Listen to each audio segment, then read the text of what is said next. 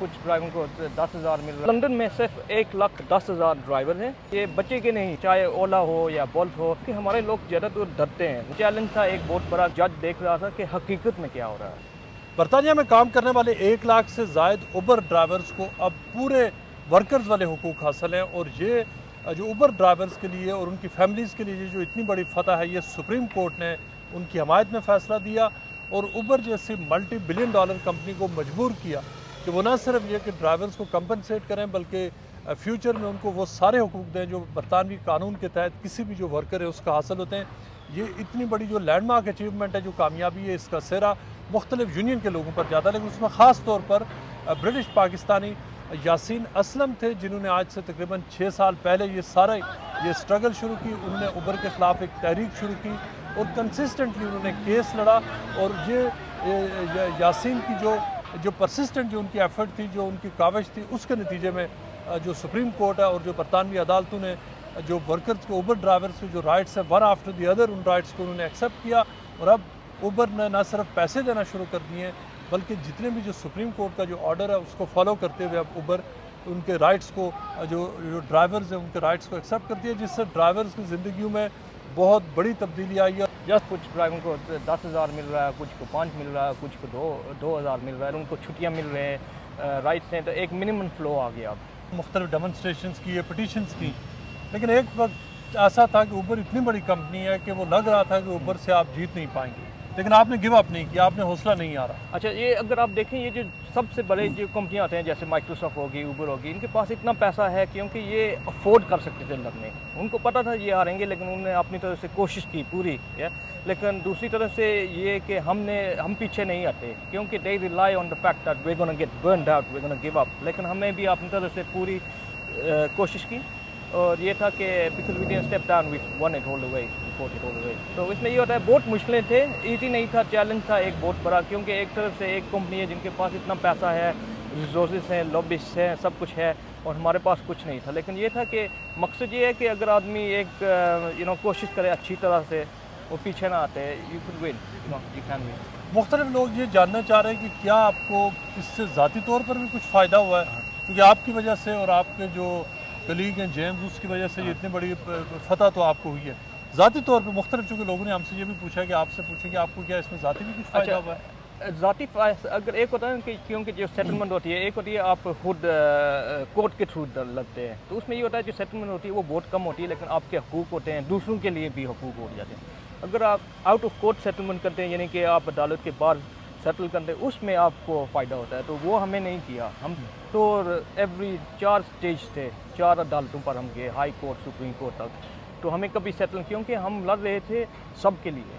तो हमारी जो यूनियन बनी ADC, उसका मकसद ये था कि राइट्स, क्योंकि अब हम उबर के साथ जीत के बाकी जो कंपनियाँ हो गई, बोल्ट होगी, एक और इंडियन कंपनी है ओला, उसके बाद एक चाइनीज़ कंपनी है दीदी, ये भी आ रहे हैं, बिल्कुल इनके सिस्टम मॉडल बिल्कुल ऐसे हैं, तो उनको हम चैलेंज कर सकते हैं।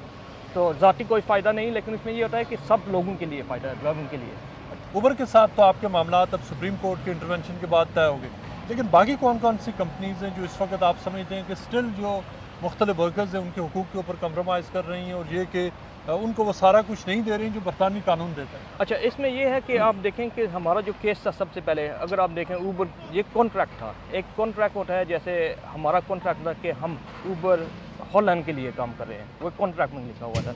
तो उसमें ये होता है, ये कॉन्ट्रैक्ट कंपनियाँ ऐसे बनाते हैं, लोगों के डिनाई करते हैं राइट, और आम जो आदमी होता है वो अंडरस्टैंड नहीं कर सकता। तो हमारे केस का मकसद ये था कि जज देख रहा था कि हकीकत में क्या हो रहा है। तो इसमें ये होता है, ये रूलिंग अब फिर बाकी जो कंपनियाँ हैं उन पर अप्लाई होती है कि इनके मॉडल कहते हैं, बिल्कुल ऐसे ये काम करते हैं या डिफरेंट करते हैं। अगर ऐसे करते हैं, फिर ऐसे ये रूलिंग उन पर भी अप्लाई होनी चाहिए। तो उसमें ये देखें कि अगर आप 10 साल पहले जाएँ, आप देखें ड्राइवरों पर अटैक हो रहे थे, सब कुछ हो रहा था, उनके राइट नहीं थे, यूनियन भी नहीं थी। अब देखें, अल्लाह का बहुत करम है कि हमारे पास एक यूनियन है, राइट्स भी हो गए। अब जैसे ओला होगी, ये एक इंडियन कंपनी है, ये भी अभी लंदन में काफ़ी मशहूर हो रही है। एक और दीदी शुरू करने वाली है, वो चाइनीज़ कंपनी है, बिल्कुल उबर की तरह है, लेकिन ये होता है कि अब इनके साथ चैलेंज करने के लिए हमारे लिए आसान तरीके हो गए। जिन कंपनीज़ के हवाले से मुख्तलिफ कंप्लेंट्स आ रही हैं, इनके साथ जो टोटल नंबर ऑफ़ ड्राइवर्स हैं वो कितने के हैं, और क्या इनके खिलाफ आपका जो लीगल एक्शन है, जो इंगेजमेंट है, वो क्या है? आप देखें, इधर लंदन में सिर्फ 1,10,000 ड्राइवर हैं, और 96% BME community, black Asian minority community के बंदे हो गए। तो आप देखें पिछले साल हम ओला को ले गए थे हॉलैंड कोर्ट डेटा के लिए, हम वहाँ कार्रवाई शुरू की तो वो हम विन हो गए।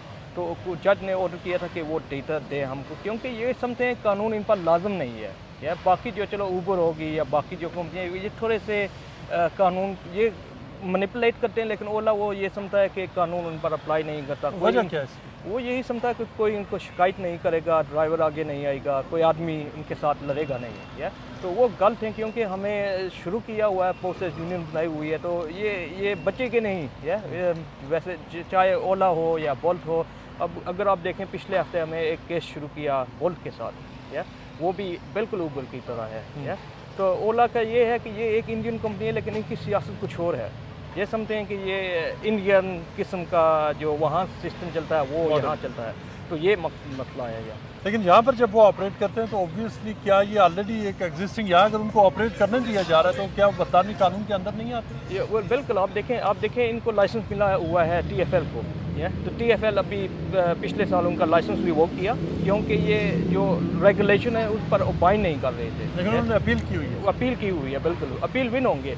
लेकिन दूसरा ये है कि वो अलग मामला है। तो एक होता है वर्कर्स के राइट, जो हम ऊबर के साथ जीते, वो भी उन पर लाजम है, लेकिन वो खुद नहीं। इसलिए हम कार्रवाई शुरू करेंगे, प्रोटेस्ट डेमोन्स्ट्रेशन जो भी कैंपेन होती है वो शुरू करेंगे, लेकिन जल्दी होगा उनके साथ। लेकिन अच्छी बात यह है कि ये खुद मान जाएँ, विदाउट अस वॉलंटरी एक्सेप्ट करना चाहिए। ऊबर के हवाले से जो सुप्रीम कोर्ट का फैसला है, उसके बाद आप क्या समझते हैं कि जो मुख्तलिफ ड्राइवर्स हैं उनकी ज़िंदगी में एक्चुअली फ़र्क क्या है? पहले जो बहुत स्ट्रेस की शिकायत थी, मुख्तलिफ जो इशूज़ थे कि उनको नॉन स्टॉप काम करना पड़ता था, उस हवाले से क्या तब्दीलियाँ क्या आई हैं?